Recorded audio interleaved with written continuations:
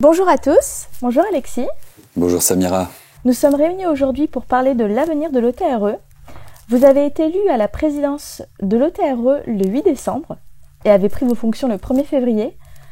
Monsieur Gibert, qui êtes-vous ? Alexis Gibert, j'ai 40 ans. Je dirige une entreprise de déménagement à Paris, une entreprise familiale issue de l'Aveyron, créée par mon arrière-grand-père en 1922. Et donc, je suis président de l'OTRE Île-de-France depuis 2 ans. Et effectivement, j'ai été élu et j'en suis très heureux avec une équipe et un projet le 8 décembre dernier à la présidence de l'OTRE. Et qu'est-ce qui vous a motivé à prendre le relais d'Aline Mesplès, votre prédécesseur ? Vous savez, Aline Mesplès, pendant 8 ans, a joué un rôle majeur au service de l'OTRE avec conviction, avec talent, avec courage. Et donc, je saluais son travail. L'aventure continue puisque Aline reste aujourd'hui dans l'équipe. Elle est présidente d'honneur. Ce qui m'intéresse, c'est notre projet d'équipe pour les années qui viennent. Et c'est vrai que ce projet s'appuie sur un chiffre simple, un fait. 80%, plus de 80% des entreprises aujourd'hui dans le transport routier sont des PME. Et ces PME vont jouer un rôle majeur pour les années à venir dans la transformation de l'économie, dans la résilience de l'économie. Il va falloir que ces entreprises-là soient entendues, représentées, et c'est ce qu'on va pouvoir faire à l'OTRE en matière de transport routier. Vous avez établi une feuille de route. Est-ce que vous pouvez nous la présenter ? Avec grand plaisir. La feuille de route, celle qui a été présentée pour l'élection et qui est portée par notre équipe, cette feuille de route tient en 4 points.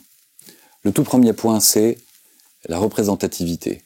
Il va falloir, dans les mois qui viennent, que nous puissions conforter la représentativité de l'OTRE auprès des pouvoirs publics. Qu'est-ce que vous entendez par représentativité, plus précisément ?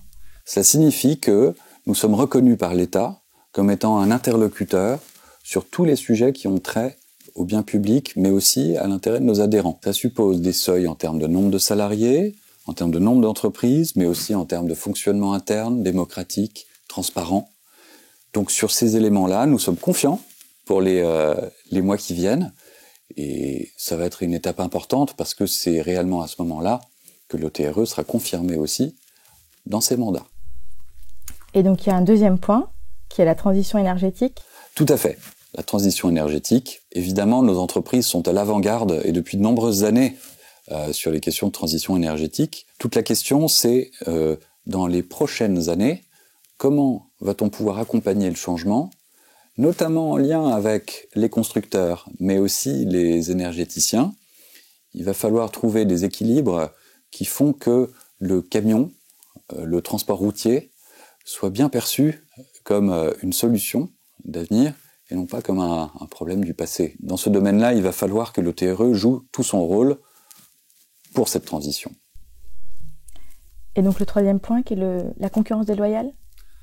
Absolument.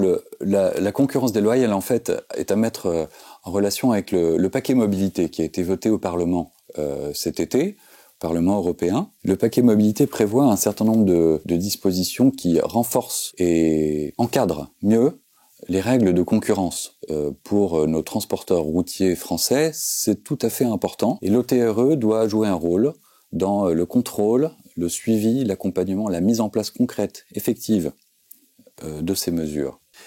Le quatrième et dernier point, c'est celui du défi de l'image. Aujourd'hui, les PME du transport routier doivent savoir et mieux savoir ce que nous faisons, qui nous sommes et le travail que nous allons pouvoir faire à leur service dans les années qui viennent.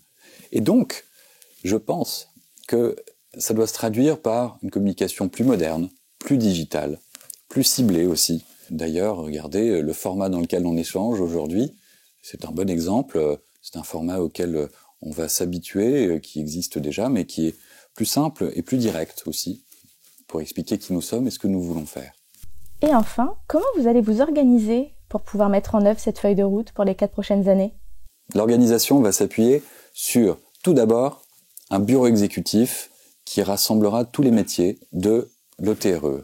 Le deuxième niveau, c'est celui des permanents, tant sur le plan local, régional, que sur le plan national. Et donc je salue avant tout leur travail, qui est un travail de grande qualité. Il va falloir continuer de s'appuyer sur eux, et donc pour ça, renforcer à la fois leur organisation, mieux la coordonner. Et donc c'est sur ces deux jambes, celle d'un bureau exécutif élargi et celle de permanents renforcés, que l'OTRE va pouvoir mener à bien sa feuille de route et de projets que nous nous sommes fixés tous ensemble. Merci beaucoup Alexis d'avoir répondu à mes questions. Merci à vous Samira, et je vous souhaite donc, chers adhérents, une très bonne route ensemble pour 2021.